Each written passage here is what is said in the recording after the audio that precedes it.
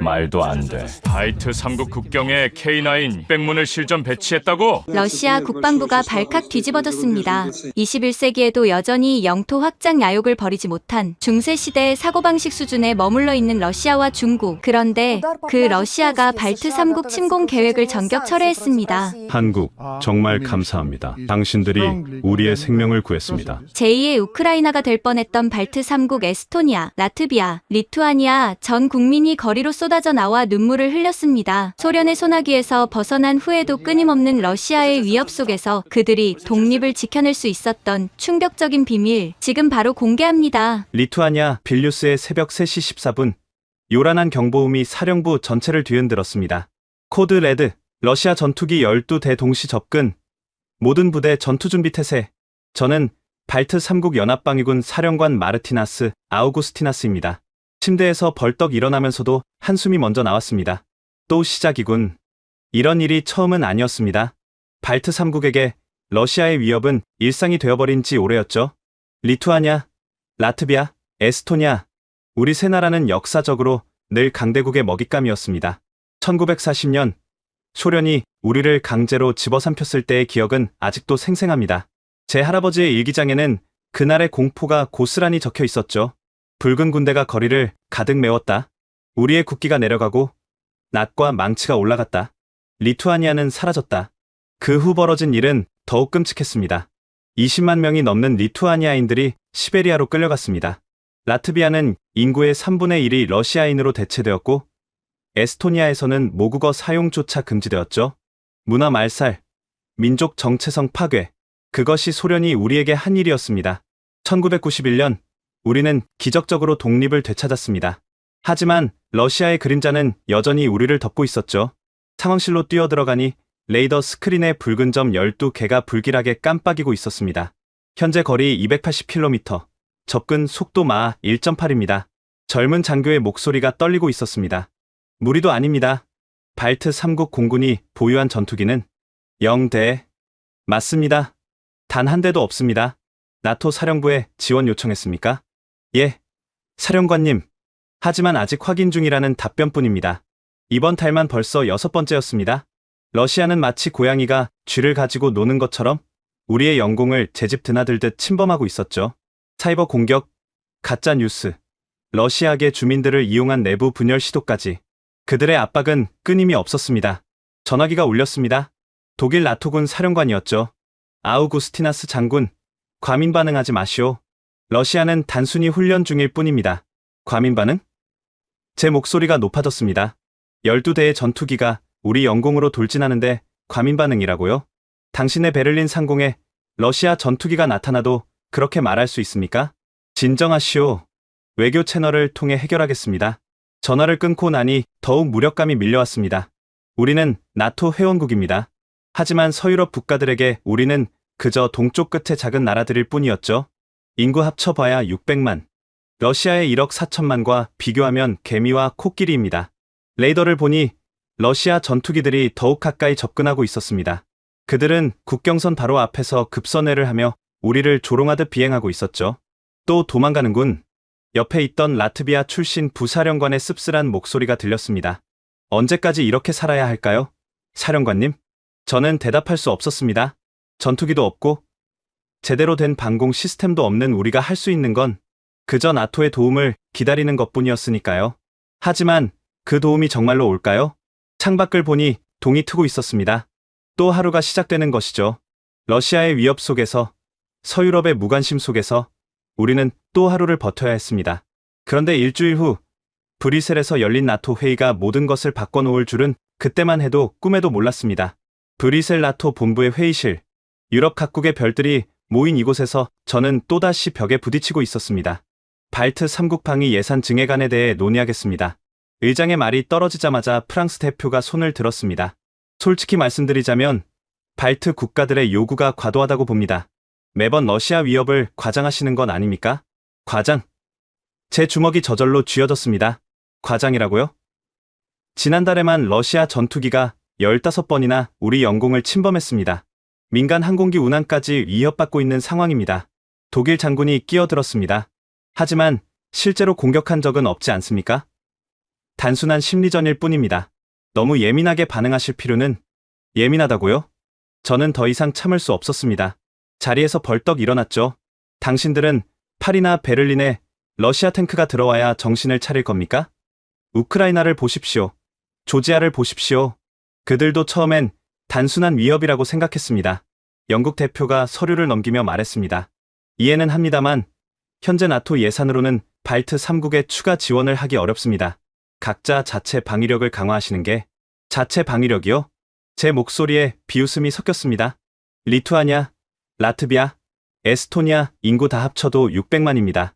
러시아는 1억 4천만이고요. 예산 늘려준다고 해서 우리가 러시아를 막을 수 있다고 생각하십니까?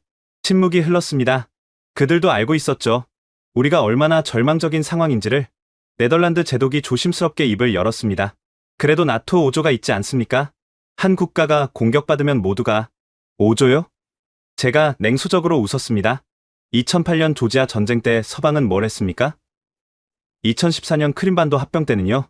강력한 규탄, 경제 제재? 그게 전부였죠. 러시아는 여전히 크림반도를 차지하고 있습니다. 프랑스 대표가 불편한 듯 자세를 고쳐 앉았습니다. 그건 그들이 나토 회원국이 아니었기 때문입니다. 맞습니다. 하지만 솔직히 말해보십시오. 발트 3국을 위해 파리의 젊은이들을 전쟁터로 보낼 수 있습니까?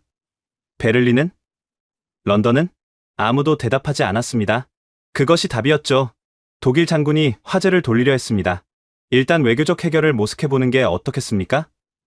러시아도 실제 전쟁은 원하지 않을 외교적 해결? 라트비아 국방장관이 처음으로 입을 열었습니다. 80년 전 우리 할아버지들도 그렇게 생각했습니다. 소련과 평화협정을 맺었죠. 그리고 어떻게 되었습니까? 협정 잉크가 마르기도 전에 붉은 군대가 쳐들어왔습니다. 시베리아로 끌려간 사람이 얼마나 되는지 아십니까? 에스토니아 참모총장도 목소리를 높였습니다. 우리 국민의 4분의 1이 사라졌습니다. 지식인, 장교, 교사, 의사 모두 화물칸에 실려 시베리아로 갔죠. 그리고 그 자리를 러시아인들이 채웠습니다. 지금도 우리나라 인구의 25%가 러시아계입니다. 그들은 러시아 TV만 보고 푸틴을 지지합니다. 시한폭탄을 안고 사는 거죠. 프랑스 대표가 한숨을 쉬었습니다. 역사적 아픔은 이해합니다만 21세기입니다. 러시아도 국제사회의 일원이고 국제사회요? 제가 끼어들었습니다. 그 국제사회의 일원이 지금 이 순간에도 우리 영공을 침범하고 사이버 테러를 일으키고 가짜뉴스로 우리 사회를 분열시키고 있습니다. 그런데 우리는 그저 외교로 해결하자고요? 회의장에 무거운 침묵이 내려앉았습니다. 창밖으로 브뤼셀의 평화로운 거리가 보였죠. 저들에게 전쟁은 먼 나라 이야기일 뿐이었습니다. 그래서 정확히 무엇을 원하시는 겁니까? 독일 장군이 짜증 섞인 목소리로 물었습니다. 최소한 자주포라도 지원해 주십시오. 전투기는 바라지도 않습니다. 하지만 포병 전력이라도 있어야. 자주포는 대당 50억이 넘습니다. 발트 3국에 필요한 수량을 다 지원하려면 그 돈이 아깝습니까? 우리가 무너지면 다음은 폴란드입니다. 그 다음은? 언제까지 러시아에게 살라미 전술을 허용하실 겁니까? 하지만 그들의 표정은 이미 답을 말하고 있었습니다. 발트 3국은 그들에게 부담스러운 짐일 뿐이었죠. 회의는 결국 추후 제노네라는 의미 없는 결론으로 끝났습니다. 늘 그랬듯이 회의장을 나오며 라트비아 국방장관이 씁쓸하게 말했습니다. 우리는 버려진 거나 마찬가지군요. 그렇게 생각하지 마십시오. 아니, 현실을 봐야죠. 서유럽은 우리를 러시아와의 완충지대로만 생각합니다. 우리가 며칠이나 버티면 그동안 자기들은 준비할 시간을 벌 수 있으니까. 에스토니아 참모총장이 끼어들었습니다. 그래도 포기할 순 없습니다. 다른 방법을 찾아야. 다른 방법. 미국은 이미 중국 견제에 바빴고 영국은 브렉시트 후유증에 시달리고 있었습니다. 대체 누가 발트의 작은 나라들을 도와줄까요? 호텔로 돌아온 저는 창밖을 바라보며 깊은 한숨을 쉬었습니다. 브뤼셀의 화려한 야경이 비현실적으로 느껴졌죠. 그때 전화가 울렸습니다. 부관이었습니다. 사령관님, 내일 아침 특별한 손님이 찾아온다고 합니다. 특별한 손님? 한국에서 온방산 대표단이라고 합니다. 우리를 만나고 싶다고. 한국? 순간 의아했습니다. 아시아의 그 나라가 왜 우리를? 하지만 그때는 몰랐습니다. 이 전화 한 통이 모든 것을 바꿔놓을 시작점이 될 줄은. 다음날 아침 발트 3국 연합사령부 회의실에 낯선 얼굴들이 들어왔습니다. 안녕하십니까? 대한민국 방위사업청 강태성 대령입니다. 동양인 장교가 유창한 영어로 인사를 했습니다. 그 옆에는 민간인으로 보이는 사람들이 서 있었죠. 솔직히 처음 든 생각은 실망이었습니다. 아시아에서 온 무기 장사꾼들이 호구를 찾아 여기까지 왔구나. 바쁘신 중에 시간 내주셔서 감사합니다. 단도직입적으로 말씀드리겠습니다. 우리는 발트 3국의 상황을 잘 알고 있습니다. 라트비아 국방장관이 비웃듯 말했습니다. 한국이 발트 3국을 안다고요? 지구 반대편에서 우리를 뭘 안다는 겁니까? 강태성 대령은 침착하게 노트북을 열었습니다. 지난 3개월간 러시아 전투기의 발트 3국 영공 침범 횟수 47회, 사이버 공격 312건, 친러시아 가짜뉴스 유포 1847건. 맞습니까? 우리는 놀라서 서로를 쳐다봤습니다. 이건 나토 기밀에 가까운 정보였거든요. 어떻게 그런 정보를 공개된 정보만 분석해도 충분히 파악 가능합니다. 중요한 건 우리가 여러분의 상황을 정확히 이해하고 있다는 겁니다. 에스토니아 참모총장이 팔짱을 꼈습니다. 그래서요? 한국이 우리를 도울 수 있다는 겁니까? 인구 5천만의 나라가? 인구 5천만이 맞습니다. 하지만 강 대령이 화면을 전환했습니다. 숫자들이 나타났죠. 대한민국 국방예산 57조 원, GDP 대비 2.8%, 그리고 이 중 상당 부분을 자주적 방위력 구축에 투자하고 있습니다. 2.8%? 제가 놀라서 되물었습니다. 나토 권고치인 2%도 맞추지 못하는 나라들이 태반인데 그것도 북한이라는 위협 때문이겠죠. 라트비아 장관이 여전히 회의적이었습니다. 북한은 러시아와 다릅니다. 규모가. 맞습니다. 하지만 서울에서 북한군 포병 진지까지 거리가 얼마인지 아십니까? 40km입니다. 빌뉴스에서 러시아 국경까지가 180km인 것과 비교해 보십시오. 순간 회의실이 조용해졌습니다. 강 대령이 이어갔습니다. 우리는 70년간 하루도 긴장을 늦춘 적이 없습니다. 그리고 그 과정에서 한 가지를 깨달았죠. 남의 도움만 기다려서는 살아남을 수 없다는 것을.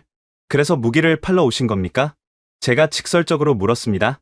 판매가 목적이었다면 독일이나 프랑스를 찾아갔겠죠? 우리가 여기 온 이유는 다릅니다. 그가 새로운 슬라이드를 띄웠습니다. K9 자주포의 사진이었죠. K9 천둥, 사거리 40km, 분당 6발 사격, 최고 속도 시속 67km. 그리고 숫자들이 계속 나열되었습니다. 하지만 우리의 반응은 시큰둥했죠. 서유럽제 자주포들과 크게 다를 게 없어 보였으니까. 스펙은 인상적이네요. 하지만 독일의 판처하우비체 2000이나 프랑스 카이사르도 비슷한 성능 아닙니까? 라트비아 장관의 지적이었습니다. 강 대령이 미소를 지었습니다. 맞습니다. 스펙만 보면 비슷합니다. 하지만 한 가지 다른 점이 있죠. 뭡니까? 가격입니다. 새로운 슬라이드가 나타났습니다. 판처하우비체 대당 70억 원, 카이사르 65억 원, K9은 우리는 숨을 죽이고 기다렸습니다. 45억 원입니다. 그것도 훈련, 정비, 10년치 부품 포함해서요. 불가능합니다. 에스토니아 참모총장이 벌떡 일어났습니다. 그 가격에 그런 성능이 나올 수 없어요. 뭔가 빠뜨린 게 있거나 아니면 불량품이거나. 강 대령이 차분히 마무리했습니다. 당연한 의심입니다. 저라도 그렇게 생각했을 겁니다. 하지만 그가 태블릿을 꺼내 동영상을 재생했습니다. 작년 폴란드 육군 훈련장입니다. 화면에는 눈 덮인 벌판이 보였습니다. 그리고 K9 자주포들이 일제히 포격을 시작했죠. 영하 30도에서 72시간 연속 작전. 고장 제로, 명중률 98%. 다음 영상은 사막이었습니다. 아랍에미리트, 섭씨 50도. 역시 고장 없이 임무 완수.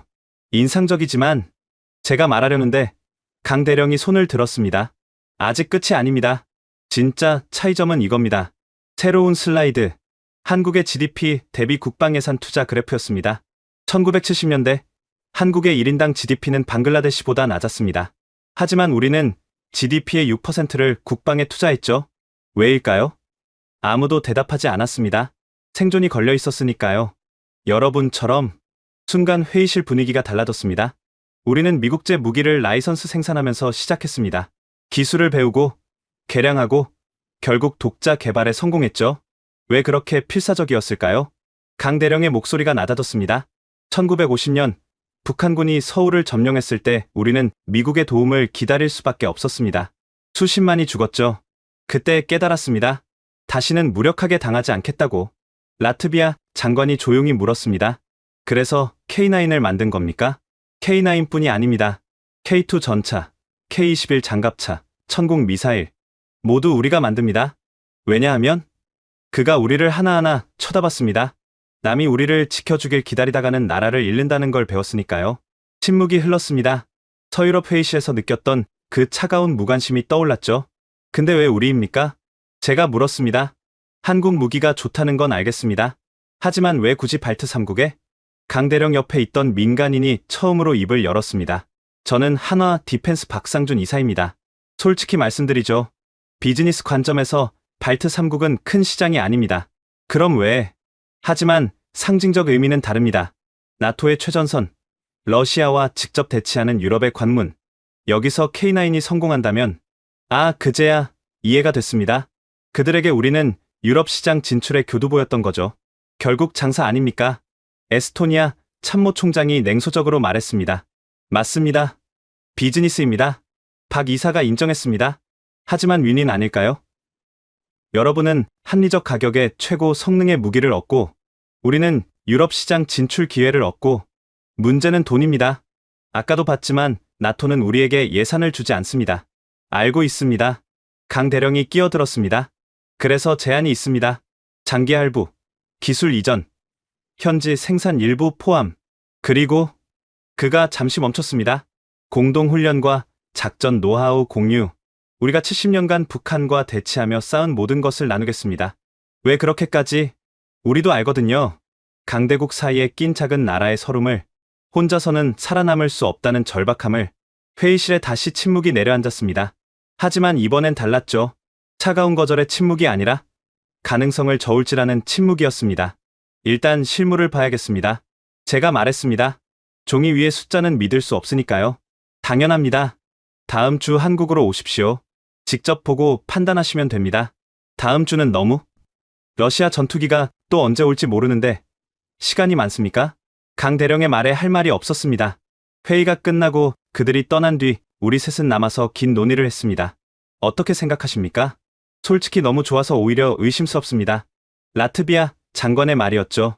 하지만 다른 선택지가 있습니까? 나토는 우리를 외면했습니다. 에스토니아 참모총장의 지적도 맞았습니다. 저는 창밖을 바라봤습니다. 구름 낀 하늘이 답답하게 느껴졌죠. 일단 가봅시다. 백문이 불여일견이니까요. 그때는 몰랐습니다. 일주일 뒤 한국에서 우리가 무엇을 발견하게 될지, 그리고 그것이 어떻게 모든 것을 바꿔놓을지. 인천공항에 도착한 순간부터 모든 것이 예상과 달랐습니다. 발트 3국 대표단을 환영합니다. 공항에는 한국 국방부 의전팀이 기다리고 있었죠. VIP 통로로 안내받으며 라트비아 장관이 중얼거렸습니다. 우리를 국빈 대접하는군요. 다음날 아침, 경기도 K9 생산공장으로 향했습니다. 차창 밖으로 서울의 스카이라인이 보였죠. 저게 전부 30년 만에 지어진 겁니다. 안내를 맡은 김중령이 말했습니다. 1960년대만 해도 서울은 폐허였죠. 전쟁으로 모든 게 파괴됐으니까요. 공장에 도착하자 강태성 대령이 기다리고 있었습니다. 오늘은 특별한 분을 모셨습니다. 우리 회사 최고령 기술고문이신 정혜석 박사님입니다. 백발의 노인이 우리를 맞았습니다. 그의 첫마디가 충격적이었죠. 저는 함경도 출신입니다. 고향에 70년째 못 가고 있죠. 함경도면, 네. 지금은 북한 땅입니다. 1950년 겨울, 중공군이 쳐들어올 때 가족과 함께 남쪽으로 피난했죠. 흥남부두에서. 그가 잠시 말을 멈췄습니다. 미군 수송선을 타고 남으로 내려오는데 갑판에서 뒤를 돌아보니 고향이 불타고 있었습니다. 그때 맹세했죠. 다시는 무력하게 쫓겨나지 않겠다고. 에스토니아 참모총장이 물었습니다. 그래서 무기를 만드신 겁니까? 처음엔 미국 포를 정비하는 일부터 시작했습니다. 하나하나 분해하고 원리를 익히고 40년이 걸렸죠. 하지만 결국 우리 손으로 만들어냈습니다. 그가 공장 안으로 우리를 안내했습니다. 거대한 K9들이 조립되고 있었죠. 이제 본론으로 들어가죠. 강 대령이 태블릿을 꺼냈습니다. 어제 말씀드린 공동훈련건 외에 추가로 준비한 게 있습니다. 화면에 낯선 문서가 떴습니다. 키릴 문자로 쓰여 있었죠. 이게 뭡니까? 1940년 소련 NKVD 기밀문서입니다. 발트 3국 지식인 체포 및 이송 계획. 우리는 숨을 죽였습니다. 어떻게 이런 자료를? 러시아에도 양심적인 역사학자들이 있습니다. 그들이 공개한 자료죠. 보십시오. 문서를 넘기자 사진들이 나왔습니다. 화물열차. 그 안에 빼곡히 들어찬 사람들. 1941년 6월 14일. 하룻밤 사이에 리투아니아에서 17,500명, 라트비아에서 15,400명, 에스토니아에서 10,000명이 체포됐죠. 정 박사가 끼어들었습니다. 같은 시기 우리도 비슷한 일을 겪었습니다. 그가 다른 사진을 보여줬습니다. 역시 화물열차였죠. 1937년 스탈린의 명령, 연해주 고려인 17만 명 중앙아시아 강제 이주. 제 큰아버지도 그때 끌려가셨습니다. 고려인? 러시아에 살던 한인들입니다. 일제강점기에 독립운동하러 간 분들이 많았죠. 소련은 그들을 일본 스파이로 의심했습니다. 라트비아 장관이 놀란 표정으로 물었습니다. 그들은 어떻게 됐습니까? 카자흐스탄, 우즈베키스탄 벌판에 버려졌죠. 첫 겨울에 2만 명이 죽었습니다. 준비도 없이 영하 40도 벌판에 던져졌으니 침묵이 흘렀습니다. 정 박사가 이어갔습니다. 저희 할머니가 그러셨어요. 시베리아 횡단열차 화물칸에서 아이들이 울면 어머니들이 입을 막았다고. 소리가 밖에 들리면 총을 쏘니까. 우리 할머니도 같은 얘기를. 에스토니아 참모 총장이 중얼거렸습니다. 화물칸에 변기도 없어서. 며칠을 그렇게. 맞습니다. 인간 이하의 취급이었죠. 강 대령이 끼어들었습니다. 그래서 우리가 여기 있는 겁니다. 같은 상처를 가진 사람들이니까요. 하지만 한국은 독립했고 발전했습니다. 우리와 달리 우리도 바닥에서 시작했습니다. 정 박사가 단호하게 말했습니다. 1953년 휴전 직후 서울의 1인당 국민소득 아십니까? 67달러였습니다. 아프리카 최빈국 수준이었죠. 그가 공장 창밖을 가리켰습니다. 저기 보이는 도시들 다 허벌판이었습니다. 하지만 우리는 포기하지 않았죠. 왜냐하면 그가 우리를 똑바로 쳐다봤습니다. 다시는 남에게 운명을 맡기지 않겠다고 결심했으니까요. 박상준 이사가 자료를 추가로 보여줬습니다. 1970년대 박정희 대통령 시절 GDP의 6%를 국방비로 썼습니다. 국민들은 굶주렸지만 무기 개발은 멈추지 않았죠. 독재자 아니었습니까? 라트비아 장관의 지적이었습니다. 맞습니다. 독재자였죠. 하지만 강 대령이 말을 이었습니다. 그가 만든 방위산업 기반이 오늘날 K9을 낳았습니다. 역사는 복잡하죠. 정 박사가 우리를 K9 실물 앞으로 데려갔습니다. 이 포신 봅니까? 만발을 쏴도 마모가 거의 없습니다. 왜 그런지 아십니까? 우리는 고개를 저었습니다. 포항제철 특수강입니다. 세계 최고 품질이죠. 그런데 포항제철 설립 자금이 어디서 나왔는지 아십니까? 설마. 일본의 전후 배상금입니다. 식민지배 배상금으로 제철소를 짓고 그 철로 무기를 만들었죠. 역사의 아이러니입니다. 에스토니아 참모 총장이 K9을 만지며 물었습니다. 정말 러시아제 무기보다 우수합니까? 러시아 2S19 무스타 아시죠? 스펙은 비슷합니다. 하지만 정 박사가 K9의 내부를 보여줬습니다. 디지털 사격 통제, 자동 장전, NBC 방호. 이건 21세기 무기고 무스타는 20세기 무기입니다. 하지만 러시아도 개량하고 있지 않습니까? 부품이 없습니다. 우크라이나 전쟁 이후 서방제 전자부품 수입이 막혔죠. 세탁기에서 칩을 빼서 쓴다는 소문도 있습니다. 그 말에 우리는 놀랐습니다. 강대국 러시아가? 강 대령이 설명을 더했습니다. 현대전은 기술전입니다. 숫자가 아니라 질이 결정하죠. 이스라엘 보세요. 인구 900만이 주변국 2억을 상대합니다. 이스라엘은 미국이 지원하지 않습니까? 우리도 처음엔 그랬습니다. 하지만 이제는 다릅니다. K9은 100% 한국 기술입니다. 정 박사가 갑자기 물었습니다. 혹시 발트 3국 국가 중에 숲의 형제들 아시는 분 있습니까? 물론입니다. 라트비아 장관이 놀라며 대답했습니다. 소련 점령에 맞서 싸운 게릴라들이죠. 저희 할아버지도, 우리도 있었습니다. 독립군이라고 불렀죠. 만주벌판에서, 연해주에서 일본군과 싸웠습니다. 정 박사의 눈가가 촉촉해졌습니다. 하지만 해방 후에도 고향에 못 돌아왔어요. 소련이 있었으니까요. 중앙아시아에서, 사할린에서 평생 한국을 그리며 살다 가셨죠. 우리 숲의 형제들도 그랬습니다. 1950년대까지 싸우다가 결국 전멸했죠. 에스토니아 참모 총장의 목소리가 떨렸습니다. 강 대령이 조용히 말했습니다. 그래서 우리가 여기 만난 게 우연이 아닌지도 모릅니다. 같은 아픔을 아는 사람들이니까요. 공장 견학을 마치고 회의실로 돌아왔을 때 분위기는 완전히 달라져 있었습니다. K9 30대 3년 분할 지불 가능합니까?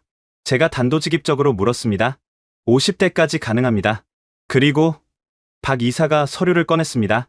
정비 교육, 운용훈련, 첫 2년 부품 무상 지원, 그리고 한국군 포병 장교단이 6개월간 파견 가서 도와드리겠습니다. 왜 그렇게까지? 사업이기도 하지만 강 대령이 창밖을 바라봤습니다. 강대국들은 우리를 도와주지 않았습니다. 우리끼리라도 도와야죠. 그날 저녁 서울의 한 식당에서 우리는 소주잔을 들었습니다. 건배사가 뭡니까?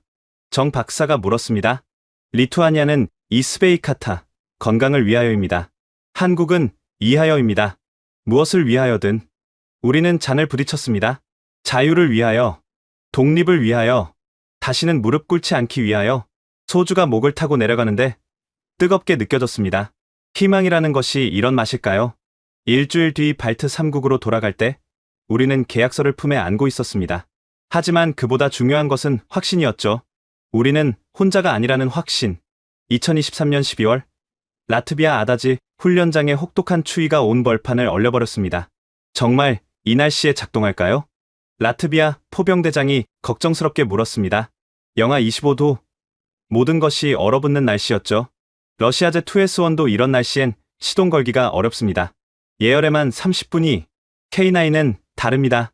한국에서 온박진수 소령이 자신 있게 말했습니다. 그는 K9 운용교관으로 파견된 6명 중 1명이었죠.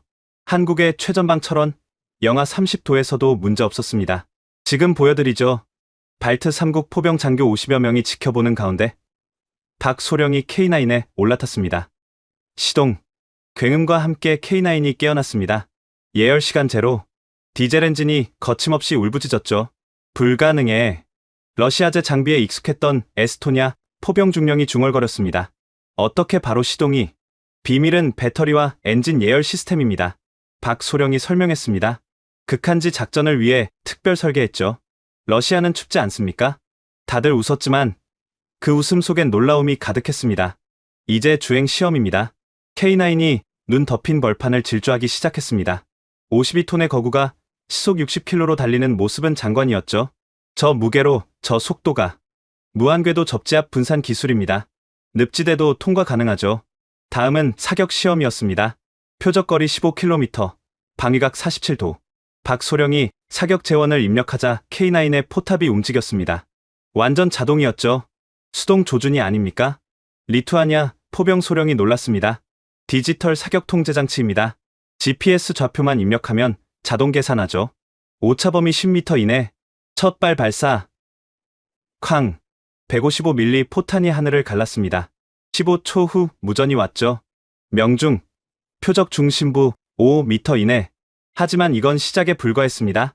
연속 급속 사격 시범. K9의 자동장전 장치가 작동했습니다. 포탄이 기계적으로 장전되고, 발사되고, 다시 장전되고, 10발 연속 발사. 1분 30초. 벌판이 포성으로 진동했습니다. 10발 모두가 표적 지역에 정확히 떨어졌죠. 러시아 무스타는 분당 최대 사발입니다. 라트비아 대령이 넋을 잃고 중얼거렸습니다. K9은 급속 사격 시분당 6발, 지속 사격 시분당 2에서 3발 가능합니다. 박 소령이 설명을 이어갔습니다. 그리고 이게 핵심인데 사격 후 1분 내 진지 변환이 가능합니다. 쏘고 튀는 거죠. 대포병 레이더에 잡히기 전에? 정확합니다. 현대전의 핵심이죠. 훈련에 참가한 발트 3국 포병들이 직접 K9을 운용해볼 차례였습니다. 너무 복잡하지 않을까요? 우리 병사들 대부분이 러시아식 장비에 에스토니아 대위가 걱정했습니다. 오히려 쉽습니다. 시범 보이죠? 박 소령이 라트비아 상병 1명을 불렀습니다. 겨우 20살로 보이는 앳된 병사였죠. 이름이? 야니스 오졸스입니다. 좋아, 야니스. 30분 후에 네가 K9으로 목표를 명중시킬 거야. 저요? 불가능합니다. 하지만 30분 후 야니스는 K9의 포수석에 앉아 있었습니다. 화면 보이지? 여기 터치하고 좌표 입력하고 발사 버튼. 이게 다입니까? 응. 나머지는 컴퓨터가 다 해. 쾅. 야니스가 쏜 포탄이 정확히 목표를 명중시켰습니다. 그의 얼굴에 믿을 수 없다는 표정이 떠올랐죠. 내가 해냈어. 이게 디지털 시스템의 힘입니다. 박 소령이 모든 장교들에게 말했습니다. 숙련병이 아니어도 됩니다. 시스템이 보조하니까요. 다음 일주일 동안 집중 훈련이 이어졌습니다. 한국 교관들은 끈기 있게 가르쳤죠. 포신 정비는 이렇게. 아니, 다시 해볼까요? 궤도 텐션 조정은 여기. 맞아요. 잘하고 있어요. 놀라운 건 한국 교관들의 태도였습니다. 독일 교관들은 항상 짜증을 냈죠. 아직도 모르겠어? 대체 몇 번을 설명해야. 프랑스 교관들은 시간 되면 그냥 가버렸습니다. 오늘은 여기까지. 나머지는 매뉴얼 보고 알아서. 하지만 한국 교관들은 달랐습니다. 이해할 때까지 계속하죠. 시간은 충분합니다. 새벽 2시 정비 교육이 계속되고 있었습니다. 교관님들 안 피곤하십니까? 리투아니아 중사가 물었습니다. 한국에선 이게 일상입니다. 할 수 있다가 아니라 해야 한다니까요. 박소령이 웃으며 답했습니다. 어느 날 저녁 임시 막사에서 작은 사건이 있었습니다. 한국 음식 좀 먹어보실래요? 김현우 중사가 컵라면을 끓이고 있었죠. 맵지 않을까요? 신라면인데. 아, 맞다. 유럽 분들은 매운 거 못 드시죠? 하지만 호기심에 도전한 라트비아 병사들은 곧 후회했습니다. 물. 하하.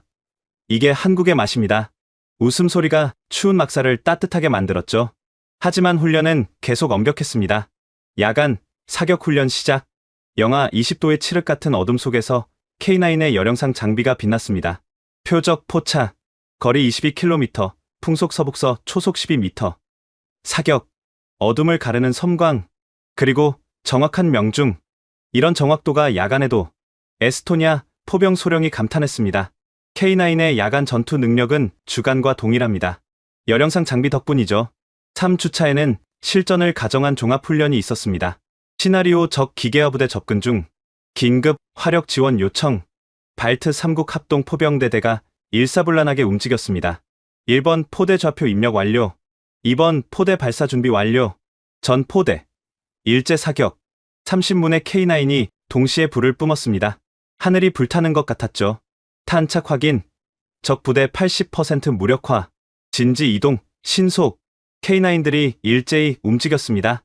쏘고 1분 내 이동. 대포병 레이더도 무용지물이었죠. 훈련을 지켜보던 나토 옵서버가 놀라서 물었습니다. 이 정도 화력이면 러시아 BTG 하나는 막을 수 있겠는데요? BTG, 러시아의 대대전술단, 전차 10대, 장갑차 40대 규모의 기계화 부대죠. 3개까지도 가능합니다. 박소령이 자신있게 답했습니다. K9 30문이면 1분에 180발, 5분이면 900발을 퍼부을 수 있으니까요. 훈련 마지막 날, 깜짝 시험이 있었습니다. 갑작스런 화력 지원 요청, 좌표는. 그런데 좌표가 이상했습니다. 러시아 국경 방향이었죠. 실탄은 아니겠죠? 연습탄입니다. 하지만 실전처럼 하세요. 발트 3국 포병들이 숨을 죽였습니다. 이건 단순한 훈련이 아니었죠. 러시아에 보내는 메시지였습니다. 전 포대, 동시 사격 준비, 발사. 30문의 K9이 러시아 국경 방향으로 포구를 향했습니다. 물론 실제 국경까지는 50km나 떨어져 있었지만 굉음이 울렸습니다. 한 발, 두 발, 연습탄이었지만 그 소리는 실탄과 똑같았죠. 훈련이 끝난 후 러시아 국경 수비대에서 항의가 들어왔다고 합니다. 도발적인 훈련을 중단하라. 하지만 우리는 개의치 않았습니다. 오히려 통쾌했죠. 훈련 종료식에서 제가 연설했습니다. 3주 전 우리는 의심했습니다. 정말 이 무기가 우리를 지켜줄까? 발트 3국 포병 500명이 도열해 있었습니다. 이제 확신합니다. K9은 단순한 무기가 아닙니다. 우리의 의지입니다. 다시는 무릎 꿇지 않겠다는 의지. 환호성이 터졌습니다. 박소령이 다가와 악수를 청했습니다. 수고하셨습니다. 사령관님, 고맙습니다. 정말 고맙습니다. 그날 저녁 한국 교관들과 발트 3국 장교들이 함께 모였습니다. 한국식 회식이라는 거 해볼까요? 김 중사가 제안했죠. 소주 폭탄 아십니까? 폭탄. 맥주에 소주를 타는 모습을 보고 다들 경악했지만 곧 따라했습니다. 건배. 위하여. 발트의 자유를 위하여. 한국과 발트의 우정을 위하여. 취기가 오르자 노래가 나왔습니다. 한국 교관들이 아리랑을 불렀고 우리는 각국의 민요로 화답했죠. 우리 꼭 다시 만납시다. 박소령이 말했습니다. 한국에도 오세요. 진짜 K9 생산 현장 보여드릴게요. 그럼 우리는 발트에 보여드릴게요. 여름엔 정말 아름답거든요. 헤어짐은 아쉬웠지만 우리에겐 K9이 남았습니다. 그리고 더 중요한 것, 혼자가 아니라는 확신이 남았죠. 며칠 후 러시아 국영방송에서 논평이 나왔습니다. 발트 소국들이 쓸데없는 무기 도입으로 긴장을 고조시키고 있다. 우리는 웃었습니다. 러시아가 신경 쓴다는 증거였으니까요. 그리고 정말로 그 후 러시아 전투기의 영공 침범 횟수가 눈에 띄게 줄었습니다. K9이 단순한 무기가 아니었던 겁니다. 그것은 메시지였고, 의지였고, 희망이었습니다. 아시아 무기에 우리 안보를 맡긴다고? 탈린의 시청 앞 광장에서 시위가 벌어지고 있었습니다. K9 도입 소식이 알려진 직후였죠. 러시아도 무서운데 이제 아시아 무기상들까지 우리를 이용하려 한다. 반대 여론이 만만치 않았습니다. 특히 나이든 세대일수록 거부감이 컸죠. 유럽의 자존심은 어디 갔는가? 한 노인이 플래카드를 들고 있었습니다. 리투아니아 빌뉴스에서도 마찬가지였습니다. 한국, 그게 어디 있는 나라야? 아시아 어딘가 아냐? 중국 옆? 그런 나라 무기를 믿고 러시아를 막는다고? 언론도 회의적이었습니다. 발트 일간지 헤드라인, 검증되지 않은 아시아 무기의 수억 유로 낭비. 라트비아 공영방송 K9, 과연 믿을 수 있나? 정치권도 시끄러웠습니다. 야당 대표가 의회에서 고래고래 소리쳤죠. 정부는 왜 독일제, 프랑스제를 두고 한국제를 선택했는지 해명하라. 가격이 쌌기 때문 아니냐? 싸구려를 산 거지. 하지만 우리는 믿고 기다렸습니다. K9의 진가는 실물을 봐야 알 테니까요. 2024년 3월 첫 K9 6대가 리가 항구에 도착했습니다. 저게 K9. 구경 나온 시민들이 웅성거렸습니다. 거대한 자주포가 운반선에서 내려왔죠. 햇빛에 반짝이는 포신, 위압적인 차체. 생각보다 멋있는데? 누군가 중얼거렸습니다. K9은 자력으로 부두를 빠져나갔습니다. 굉음을 내며 움직이는 모습에 사람들이 탄성을 질렀죠. 와, 저 속도 좀 봐. 탱크보다 빠른 거 아냐? 아이들이 환호하며 손을 흔들었습니다. K9 포탑에서 한국 교관이 손을 흔들어 답했죠. SNS에 영상이 퍼지기 시작했습니다. K9 실물 봤는데 장난 아님. 독일 탱크보다 멋있어. 속도 미쳤다. 이게 자주포 맞아? 여론이 조금씩 바뀌기 시작했습니다. 일주일 후 라트비아 국영TV에서 특집 방송을 했습니다. K9, 과연 무엇인가? 처음엔 비판적 톤이었죠. 한국의 방산 수출 1위 품목, 하지만 실전 경험은. 그런데 자료 조사를 하다 보니 톤이 바뀌었습니다. 잠깐, 폴란드가 600문 구매? 노르웨이도 24문의 추가 옵션? 호주, 이집트, 인도까지? 리포터가 당황했습니다. 이 정도면 검증된 거 아닙니까? 방송은 K9 개발 스토리로 이어졌습니다. 1990년대 한국은 미국제 M109를 사용했습니다. 하지만 자료 화면이 나왔죠. 북한의 장사정포 위협, 서울에서 북한까지 40km. 기존 무기로는 대응 불가능했습니다. 그래서 한국은 독자 개발을 결심했고 10년의 노력 끝에 K9 시제품 영상이 나왔습니다. 이것이 K9 천둥입니다. 스튜디오에 초대된 군사 전문가가 설명했습니다. 솔직히 저도 처음엔 의심했습니다. 하지만 스펙을 보면 사거리, 연사력, 기동력, 모든 면에서 러시아제를 압도합니다. 특히 디지털 사격 시스템은 나토 표준보다 앞섰죠. 앵커가 물었습니다. 그런데 왜 이렇게 싸죠? 한국의 대량 생산 능력입니다. 삼성, LG 아시죠? 그런 제조업 기술이 방산에도 적용된 겁니다. 방송 후 여론이 확 바뀌었습니다. 600문을 팔았다고? 그럼 검증된 거네. 폴란드도 러시아 옆인데 걔들이 바보도 아니고. 다음 주 에스토니아 탈린에서 K9 공개 시연회가 열렸습니다. 수천 명의 시민이 모였죠. 신사숙녀 여러분, K9 자주포를 소개합니다. K9이 등장하자 환호성이 터졌습니다. 시속 67km 주행, K9이 폭주했습니다. 관람석이 흔들릴 정도였죠. 와, 하아. 이제 사격 시범. 쾅, 쾅, 쾅. 연속 사격에 땅이 진동했습니다. 1분에 6발. 세계 최고 수준입니다. 아이들은 귀를 막으면서도 신나했고 어른들은 진지한 표정으로 지켜봤죠. 한 노인이 눈물을 흘렸습니다.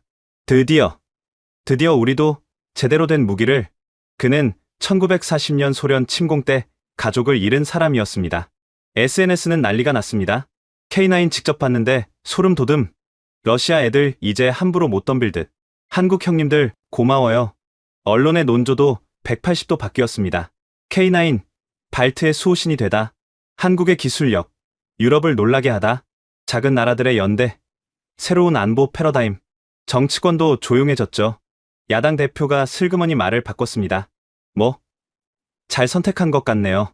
처음부터 지지했습니다만 가장 극적인 변화는 러시아의 반응이었습니다. 러시아 국방부 대변인 브리핑. 발트 국가들의 무분별한 군비 증강을 우려한다. 특히 공격적 무기 도입은 지역 안정을 해친다. 우리는 웃었습니다. 러시아가 우려한다는 건 효과가 있다는 증거니까요. 실제로 변화가 나타났습니다. K9 도입 전 월 평균 러시아 전투기 영공 침범 15회, K9 도입 후 1개월 8회, 2개월 5회, 3개월 2회. 러시아도 함부로 도발하기 어려워진 거죠. 리투아니아의 한 카페, 대학생들이 모여 얘기하고 있었습니다. K9 덕분에 잠을 편하게 자게 됐어. 맞아. 전에는 전투기 소리만 들려도 불안했는데, 근데 한국이 왜 우리를 도왔을까? 같은 처지니까 아닐까? 걔들도 북한이랑 대치하고 있잖아. 한 여학생이 스마트폰을 들어 보였습니다. 한국 드라마 봤어? 요즘 완전 재밌어. 나도. 근데 한국 군인들 실제로도 드라마처럼 멋있더라. K9 교육하러 온 교관들? 나도 봤어. 완전 신사더라. 화제가 K9에서 K-팝으로, K-드라마로 이어졌죠. 한국에 대한 관심이 폭발적으로 늘었습니다. 라트비아, 리가의 한국어 학원. 안녕하세요. 감사합니다. 발음은 어눌했지만 열정은 대단했죠. K9 만든 나라 말을 배우고 싶어서 왔어요. 그 나라 문화가 궁금해졌어요. 수강생이 한 달 만에 3배로 늘었다고 합니다. 발트 3국 정부도 발빠르게 움직였습니다. 한발트 안보 포럼 개최 발표, 한국과의 방산협력 확대, K9 추가 도입 검토. 하지만 가장 의미 있는 변화는 시민들의 마음이었습니다. 빌뉴스의 한 노인이 인터뷰에서 말했죠. 평생 러시아를 두려워하며 살았습니다. 하지만 이제는 그가 멀리 보이는 K9을 가리켰습니다. 저것이 우리를 지켜준다고 생각하니 마음이 놓입니다. 유럽이 우리를 버려도 우리끼리 뭉치면 됩니다. 한국이 증명했잖아요. 작은 나라도 강해질 수 있다고. 탈린의 고등학교 역사 수업. 오늘은 한국 전쟁에 대해 배워보겠습니다. 학생들이 집중했습니다. 전엔 관심도 없던 주제였죠. 1950년 북한의 침공으로 한국은 거의 멸망할 뻔했습니다. 하지만 그들은 포기하지 않았고 결국 선생님이 현재 한국의 모습을 보여줬습니다. 세계 10위 경제 대국, 문화 강국, 그리고 K9을 만든 방산 강국이 되었죠. 한 학생이 손을 들었습니다. 우리도 할 수 있을까요? 왜 못하겠니? 한국인도 사람, 우리도 사람이야. 6개월 후 놀라운 일이 벌어졌습니다. CNN 속보 러시아 발트 3국과의 정기 군사 훈련 중단 발표. 러시아가 한 발 물러선 겁니다. 러시아 외무부 성명, 상호 신뢰 구축을 위해 도발적 훈련을 자제하겠다. 번역하면 K9이 무서우니 살살하겠다. 발트 3국 전체가 축제 분위기였습니다. 해냈다. 우리가 해냈어. 러시아가 물러섰어. K9 만세. 한국 만세. 리가의 중심가에 특별한 현수막이 걸렸습니다. 감사합니다. 한국. 작은 나라들의 연대 만세. 누군가 한국어로도 써놨더군요. 삐뚤빼뚤했지만 감사합니다. 그날 저녁 저는 한국 대사관 주최 리셉션에 참석했습니다. 축하합니다. 사령관님. 주 라트비아 한국 대사가 악수를 청했죠. 한국 덕분입니다. 아닙니다. 발트 3국의 용기 덕분이죠. 변화를 선택한 용기. 샴페인 잔을 들며 대사가 말했습니다. 알고 계신가요? 한국 언론도 이 일을 크게 보도하고 있습니다. 정말입니까? 우리 K9이 발트의 평화를 지킨다고요? 한국인들도 자랑스러워합니다. 가슴이 뜨거워졌습니다. 작은 나라들의 연대. 그것이 거대한 위협을 물리쳤습니다. 봄바람이 발트해를 스쳐갔습니다. 70년 만에 처음으로 정말로 평화로운 봄바람이었죠. 2024년 9월 나토 연합훈련 발틱 실드 2024. 장소는 폴란드 동부 훈련장. 발트 연합 포병대대. 준비 완료. 6개월 전만 해도 무시당했던 우리가 이제는 당당히 나토 훈련의 주력으로 서 있었습니다. 독일 레오파르트 전차 부대가 먼저 시범을 보였습니다. 역시 명성대로였죠. 독일 기갑부대. 목표 격파. 프랑스 르클레르 전차도 뒤를 이었습니다. 프랑스 부대. 임무 완수. 이제 우리 차례였습니다. 발트 연합 포병대대. 화력 지원 시작. 30문의 K9이 일제히 포탑을 돌렸습니다. 목표 확인. 거리 25km. 전 포대. 사격 개시. 쾅. 쾅. 쾅. 하늘이 불탔습니다. 155mm 포탄이 빗발쳤죠. 1차 사격 완료. 효과 확인. 목표 지역 80% 제압. 하지만 이건 시작에 불과했습니다. 2차 목표 좌표 수신. 진지, 변환, 이동. K9들이 일제히 움직였습니다. 사격 후 1분 내 이동. 신속 기동 중 관람석에서 웅성거리는 소리가 들렸습니다. 저 속도가 자주포 맞아? 방금 쏘고 벌써 이동한다고? 독일 장군이 부관에게 뭔가 물어보고 있었죠. 2차 진지 도착, 사격 준비. 발사. 또다시 포화가 쏟아졌습니다. 이번엔 연속 급속 사격이었죠. 포대별 6발 급속 사격. 발사. 30초 만에 180발이 날아갔습니다. 목표 지역은 그야말로 지옥이 됐죠. 목표 완전 제압. 소요 시간 4분 37초. 심판관이 믿을 수 없다는 표정이었습니다. 동일 임무 독일군 소요 시간 8분 12초. 프랑스군 7분 45초. 발트 연합군 4분 37초. 1위입니다. 순간 정적이 흘렀습니다. 그리고 누군가 박수를 치기 시작했죠. 폴란드 장교들이었습니다. 브라보! 훌륭합니다. 박수가 퍼져나갔습니다. 하지만 모두가 기뻐한 건 아니었죠. 독일 기갑부대 지휘관이 다가왔습니다. 자주포로 어떻게 이런 속도가? K9의 디지털 사격 통제 덕분입니다. 제가 담담히 답했죠. 그리고 한국 교관들의 훈련 덕분이고요. 프랑스 포병 대령도 와서 물었습니다. 사격 정확도가 이게 정말 GPS 유도탄이 아니고 일반 포탄입니다. K9의 탄도 계산 컴퓨터가 정확할 뿐이죠. 점심시간 나토 고위 장교들이 모인 자리. 발트 애들이 왜 저렇게 달라졌지? K9이라는 한국 무기 때문이래. 한국?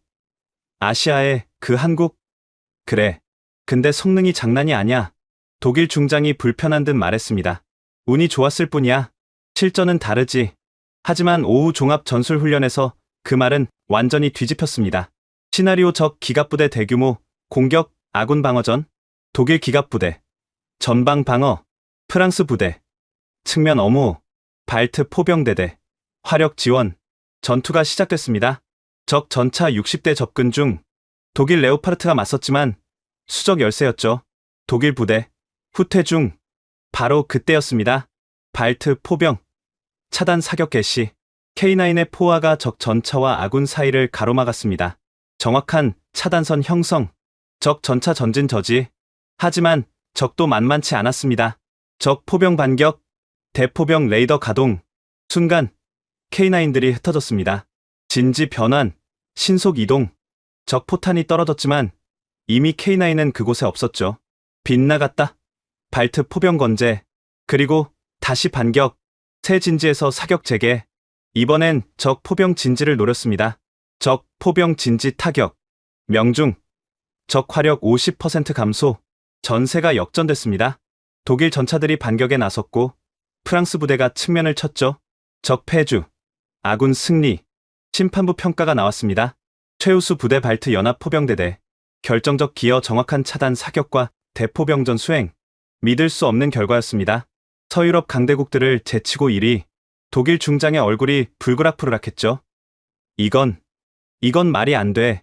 하지만 숫자는 거짓말하지 않았습니다. 나토 본부 브리핑룸. 긴급 회의가 소집됐습니다. 오늘 훈련 결과에 대해 논의하겠습니다. 나토 작전사령관이 말을 시작했죠. 솔직히 충격적입니다. 발트 3국이 이런 전력을 갖추리라곤. 영국 장군이 손을 들었습니다. K9에 대해 자세히 알고 싶습니다. 제가 일어섰죠. K9 천둥. 한국산 자주포입니다. 사거리 40km. 최대 사속. 프레젠테이션을 하는 동안 좌중은 조용했습니다. 가격은요? 독일 피제트하우비체 2000의 65% 수준입니다. 웅성거림이 커졌습니다. 그 가격에 이런 성능이? 네덜란드 제독이 물었습니다. 정비는? 부품 수급은? 한국 측에서 10년 보증. 현지 정비교육 포함입니다. 프랑스 장군이 비아냥거렸습니다. 아시아 무기의 내구성을 믿을 수 있겠습니까? 폴란드가 654문 구매했습니다. 제 한마디에 좌중이 숨을 죽였죠.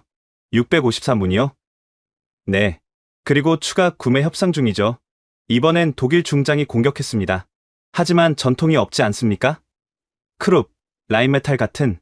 맞습니다. 전통은 짧습니다. 제가 인정했죠. 하지만 삼성, 현대 아시죠? 30년 전엔 무명이었지만 지금은? 대답이 없었습니다. 한국은 필요하면 만듭니다. 최고 품질로, 최고 속도로. 벨기에 장군이 조심스럽게 물었습니다. 혹시 우리도 도입할 수 있습니까? 폭탄 발언이었죠. 독일과 프랑스 대표의 얼굴이 굳었습니다. 벨기에가 왜 아시아 무기를? 성능이 좋으면 되지 않습니까? 가격도 합리적이고. 분위기가 달아올랐습니다. 노르웨이 대표도 거들었죠. 우리는 이미 K9을 운용 중입니다. 매우 만족스럽죠. 북극 추위에도 문제 없습니다. 이제 판도가 바뀌었습니다. 네덜란드도 검토하겠습니다. 덴마크도 관심 있습니다. 체코도. 독일 중장이 주먹을 쳤습니다. 제정신들입니까? 유럽의 자존심은 어디 갔습니까? 자존심이 우리를 지켜줍니까? 제가 정면으로 받았죠. 6개월 전 우리가 도움을 청했을 때 뭐라 하셨죠? 과민 반응 말라. 외교로 해결하라. 기억나십니까? 프랑스 장군이 끼어들었습니다.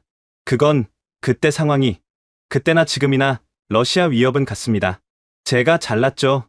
달라진 건 우리가 K9을 갖게 됐다는 것뿐. 침묵이 흘렀습니다. 나토 사령관이 정리했죠. 각국이 알아서 결정할 문제입니다. 하지만 그가 나를 봤습니다. 발트 3국의 변화는 인상적입니다. K9의 기여를 인정합니다. 회의가 끝난 후 복도에서 여러 나라 대표들이 다가왔습니다.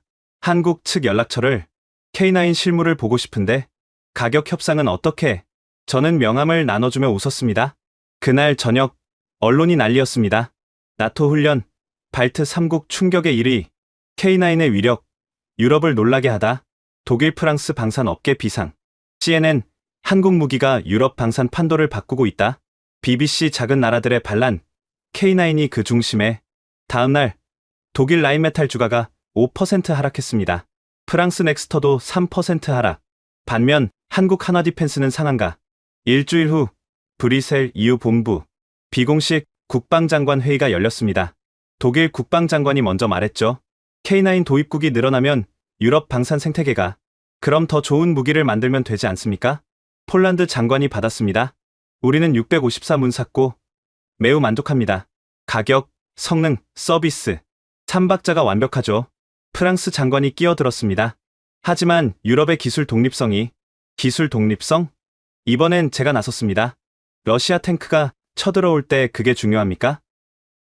우크라이나 보세요. 미국제, 영국제, 독일제 뭐든 써서 막고 있습니다.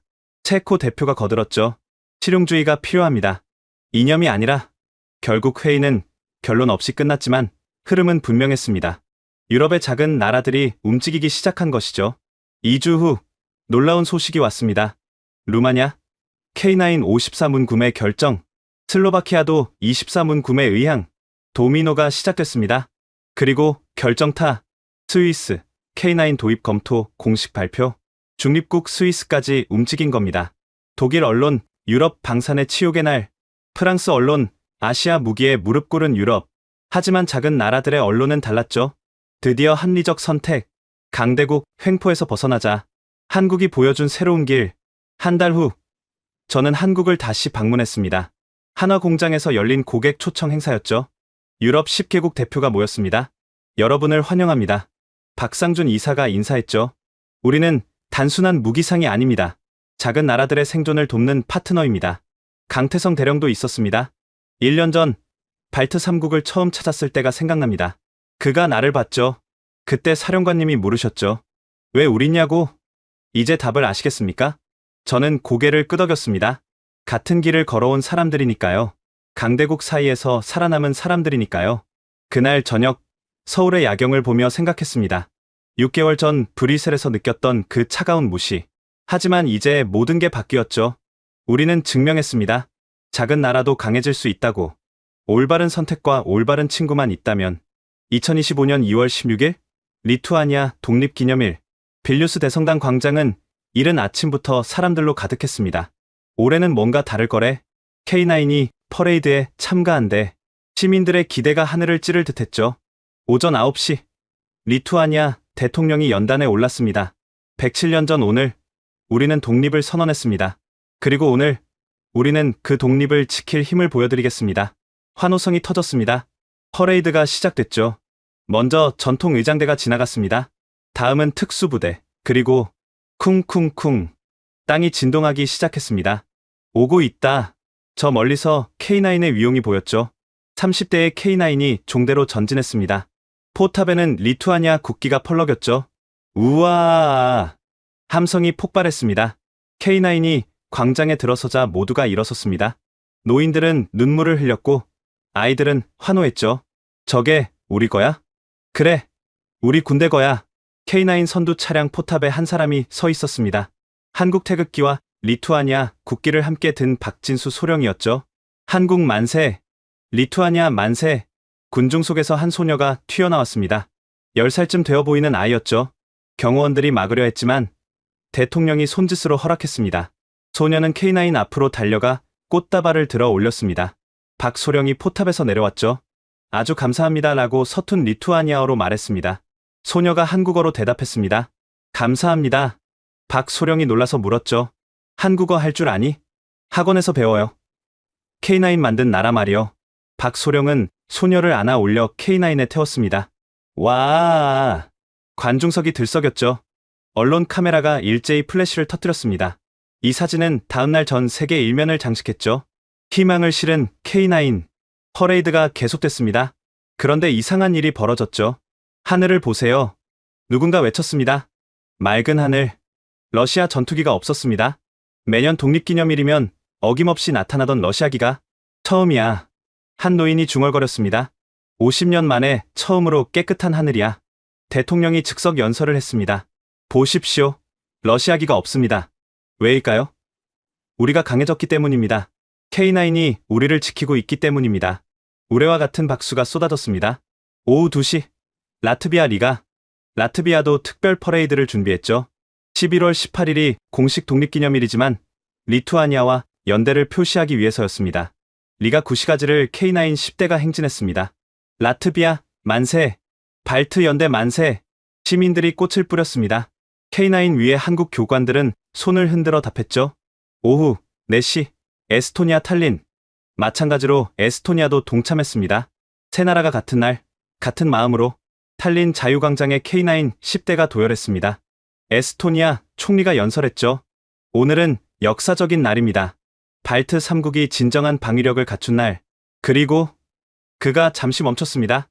70년 만에 러시아 전투기 없는 하늘을 본 날. 환호성이 터졌습니다.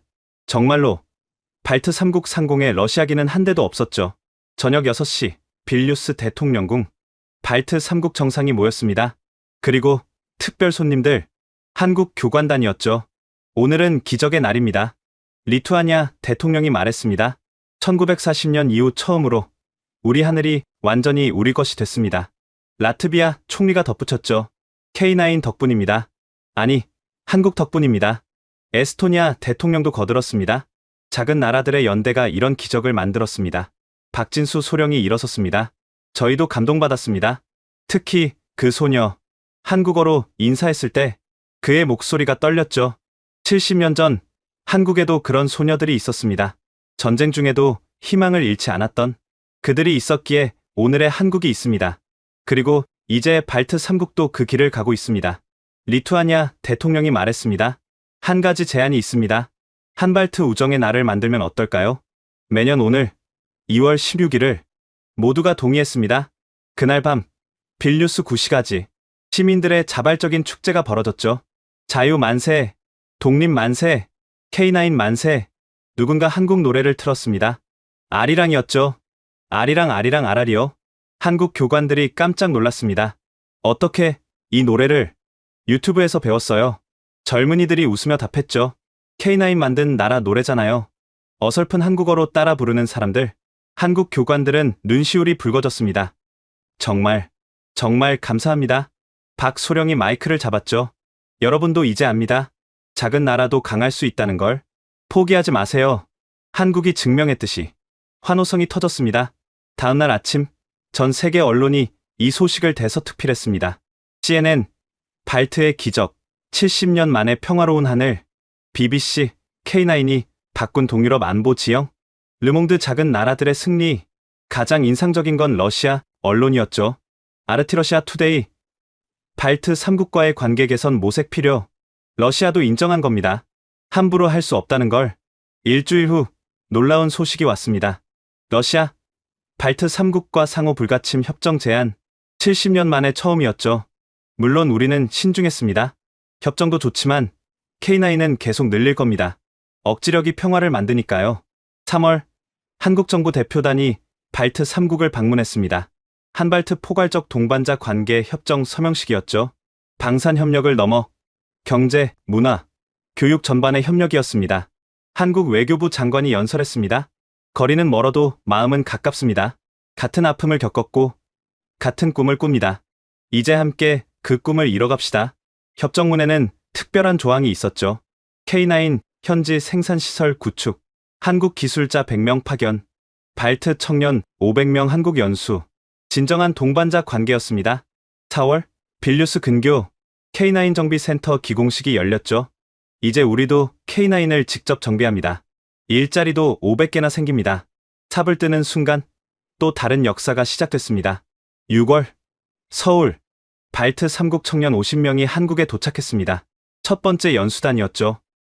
와, 이게 진짜 한국이야? 드라마보다 더 멋있어. 그들은 K9 공장에서 연수받고 한국 문화를 배웠습니다. 그리고 무엇보다 희망을 배웠죠. 우리도 할 수 있다. 작은 나라도 강대국이 될 수 있다. 7월 다시 빌뉴스 특별한 행사가 열렸습니다. K9 포수 자격증 수여식. 발트 3국 포병 100명이 한국 인증 K9 마스터가 됐죠. 이제 여러분이 선생님입니다. 박소령이 악수를 청했습니다. 후배들을 잘 가르쳐 주세요. 그중 한 명이 말했죠. 한국 덕분에 우리가 달라졌습니다. 이제 우리가 그 은혜를 이어가겠습니다. 2025년 2월 16일로부터 1년이 지났습니다. 우리는 더 이상 러시아의 위협에 떨지 않습니다. 왜냐하면 우리에겐 K9이 있고 더 중요한 것은 우리가 혼자가 아니라는 걸 알기 때문입니다. 2025년 7월 많은 것이 변했습니다. 발트 방위 동맹 준비 회의, 폴란드 바르샤바에서 역사적인 논의가 시작됐죠. 발트 3국과 폴란드, 핀란드가 손을 잡기 위한 첫걸음이었습니다. 러시아와 국경을 맞댄 우리들의 연대, 인구 합쳐 5천만. 더 이상 작은 세력이 아니었죠. 그리고 그 중심엔 K9이 있었습니다. 5개국 K9 보유, 목표 수량 800문. 이것이 실현되면 유럽 최대 K9 운용 세력이 될 것입니다. 저는 이 새로운 동맹의 초대 사령관 후보로 거론되고 있습니다. 1년 전만 해도 상상도 못했죠. 라트비아 국방장관이 웃으며 말했습니다. 러시아 눈치만 보던 우리가 이제는 동등한 대화를 준비하고 있으니까요. 맞습니다. 모든 게 달라졌죠. 탈린의 K9 정비센터, 103호기 정비 완료, 104호기 입고, 이제 발트 3국 기술자들이 직접 정비합니다. 한국에서 훈련받고 돌아온 청년들이죠. 김 중사님이 가르쳐준 대로 하니까 되네요. 박소령님 방식대로 하면 30분이나 단축돼요. 그들은 한국 교관들을 잊지 않았습니다. 아니, 그들의 방식을 이어받았죠. 리가의 한 카페, K9 덕분에 우리가 달라졌어. 맞아. 이제 러시아도 함부로 못해. 한국이 보여준 길을 우리도 갈 거야. 빌뉴스의 한국어 학원. 오늘은 한국의 경제 발전에 대해 배워보겠습니다. 학생들의 눈이 반짝였습니다. 한강의 기적이 어떻게 가능했는지, 우리도 발트의 기적을 만들 수 있을까요? 왜 못하겠어요? 한국도 했는데 희망이 퍼져나가고 있었습니다. 그리고 가장 중요한 변화, 최근 러시아 국방부 발표, 발트 지역 군사훈련 규모 축소, 평화적 대화 채널 활성화 제안, 강한 힘이 진정한 평화를 가져온 것입니다. 제 사무실 창밖으로 K9이 보입니다.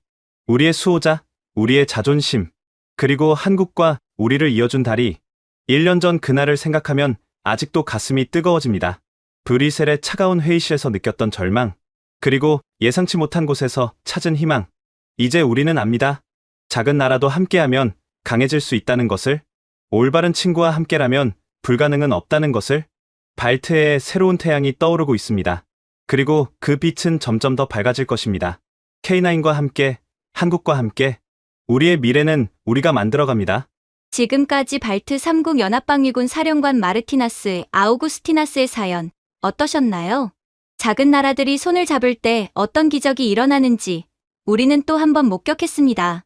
130만의 에스토니아, 190만의 라트비아, 280만의 리투아니아. 하지만 이들은 더 이상 러시아의 그림자에 떨지 않습니다. K9 자주포는 단순한 무기가 아니었습니다. 그것은 희망이었고, 용기였고, 연대의 상징이었죠. 한국이 걸어온 길을 이제 발트 3국도 함께 걷고 있습니다. 여러분, 오늘 이 이야기가 감동적이셨다면 꼭 공유 부탁드립니다. 세계 곳곳에서 강대국의 위협에 맞서 싸우는 작은 나라들에게 희망의 메시지를 전하기 위해서요. 우리가 함께한다면 그 어떤 위협도 이겨낼 수 있다는 것을 널리 알려주세요. 구독과 좋아요도 잊지 마시고 다음에도 더 감동적인 이야기로 찾아뵙겠습니다. 지금까지 코리아 원더풀이었습니다. 감사합니다.